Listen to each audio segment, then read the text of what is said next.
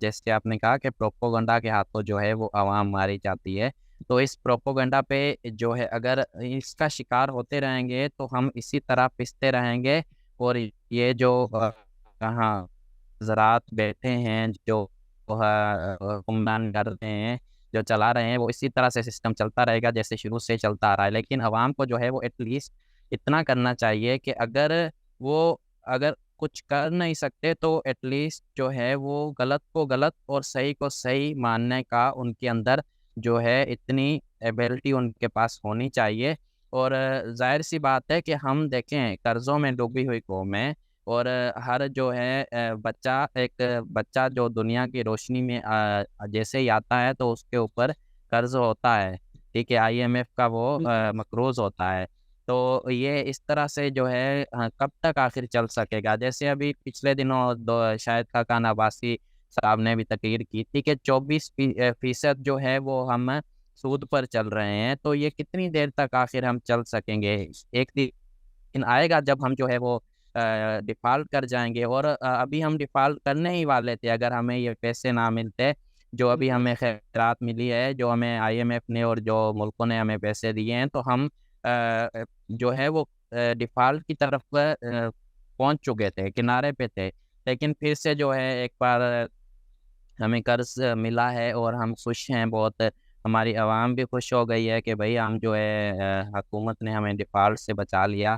لیکن ہمارے پاس ایک سال گزرنے کے بعد اتنے پیسے بھی نہیں ہوتے کہ ہم ان کے اوپر جو سود ہوتا ہے وہ ادا کر سکیں۔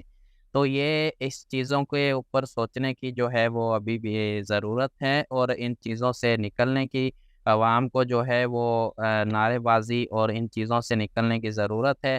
میں یہی باتیں سے کہوں گا آخر میں، بالکل باتیں باتیں سے، سے اور نکل کر سوچنے کی ضرورت ہے، اور سچ کو جاننے کے لیے ہم یہی سمجھ سکتے ہیں کہ یہ جو ایک ڈسکشن ہے ہماری، اس سے اگر ایٹ لیسٹ کسی ایک بھی بندے کو یہ میسج جاتا ہے کہ وہ جو چیز ہمارے معاشرے میں ایک غلط، ایک جھوٹ، ایک پروپیگنڈا چل رہا ہے، تو کم از کم اس سے باہر نکل کر سوچیں، کیونکہ پاکستان کبھی بھی اس وقت تک صحیح نہیں ہو سکتا جب تک ہماری ڈائریکشن ہی صحیح رہا ہو۔ ملک جو ہے یہ ہمارے ساتھ بننے والے ملک یا ہمارے بعد میں بننے والے ملک امریکہ نہیں بن گئے یا وہ کینیڈا نہیں بن گئے، لیکن انہوں نے اپنے آپ کو صحیح سمت پر رکھا ہوا ہے، بالکل ڈائریکشن ان کی صحیح ہے۔ ان کی ڈائریکشن صحیح ہے، اور اسی طرح سے جو ہے آہستہ آہستہ قومیں ترقی کرتی ہیں۔ اب بنگلہ دیش کی آپ مثال لے لیں، وہ تو ہم سے بہت سال بعد میں ہم سے آزاد ہوا ہے، اور یہ بھی میں تو کہتا ہوں اس کی خوش قسمتی ہے کہ وہ جو ہے آزاد ہو گیا، اور وہ ایک صحیح سمت میں جو ہے وہ چل رہا ہے ابھی، اور ابھی وہ جو ہے پاکستان سے آگے ترقی کر چکا ہے، اور ہم جو ہے وہ کس طرف جا رہے ہیں، ٹھیک ہے، ہمیں ایک پراپر جو ہے وہ نظام تو خیر کیا کہ ایک پراپر ڈائریکشن جو ہے وہ ہمیں ابھی تک نہیں ملی۔ انسٹیبلٹی آف گورنمنٹس، کیونکہ دیکھیں یہ تب تک جو ہے نا یہ سیدھا نہیں ہو سکتا جب تک کہ گورنمنٹ جو ہے وہ ایک اسٹیبل گورنمنٹ جو ہے وہ پاکستان میں نہیں ہوگی، کیونکہ جو بھی گورنمنٹ آتی ہے اس کو یہ پتہ بھی نہیں ہوتا کہ پتہ نہیں ہم نے کتنی دیر چلنا ہے، جتنی دیر ہم نے یہاں رہنا ہے تو اتنی دیر جو ہے وہ جو کچھ ہم کر سکتے ہیں، جو کچھ ہم لوٹ سکتے ہیں وہ لوٹ لیں، کیا پتہ کل کو جو ہے وہ ہمیں نکال دیا جائے، کسی اور کو جو ہے وہ یہاں لا کے بٹھا دیا جائے۔ تو یہی چیزیں ہیں جو ہے شروع سے چلتی آ رہی ہیں، ان کو پولیٹیکل اسٹیبلٹی پر ہم انشاءاللہ ایک دن الگ سے بات کریں گے، کیونکہ یہ پورا ٹاپک ہے کہ ہمارے یہاں پر یہ ترقی کیوں نہیں ہو پا رہی، اس کی بیسک وجوہات کیا ہیں۔ تو آج کے لیے بہت شکریہ، انشاءاللہ جلد ملاقات ہو۔ Thank you. Thank you Babar بھائی، شکریہ، اللہ